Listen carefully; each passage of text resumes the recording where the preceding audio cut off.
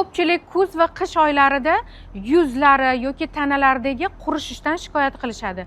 Bunga asosiy sabablardan biri kuz va qish oylarida sovuq va quruq havo oqimi, shamol yoki bu oylarda suvni kam iste'mol qilish va aynan kuz va qish oylarida pilingi bo'lgan, tarkibida o'sha qurituvchi mahsulotlari bo'lgan, kislotalarga ega bo'lgan mahsulotlardan palapartish foydalanish oqibatlarida ham kelib chiqadi. Bunday holatlarda avvalo bizni dermatologiya markazimizda diagnostik apparatlarimiz mavjud.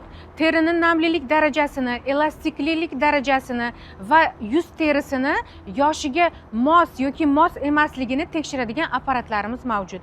Avvalo mana shunday diagnostik amallarni bajarib, har bir insonga individual tarzda yondashib, yuzidagi muammodan kelib chiqqan holatda biorevitalizatsiya, polimolochная kislota va apparatli muolajalarimizni tanlab, mana shu muolajalarni ketma-ketlikda bajarganimizda mana shunday yuzdagi qurishish, yuzdagi osilish, teri tarangligini pasayib ketishi yoki yuzlarini yuvgandan keyin qurishib tortishish kabi shikoyatlardan bemorlarimiz qutulishadi. Agarda sizda ham mana shunday shikoyatlar kuzatilayotgan bo'lsa, bizni dermatologiya markazimizga murojaat qiling.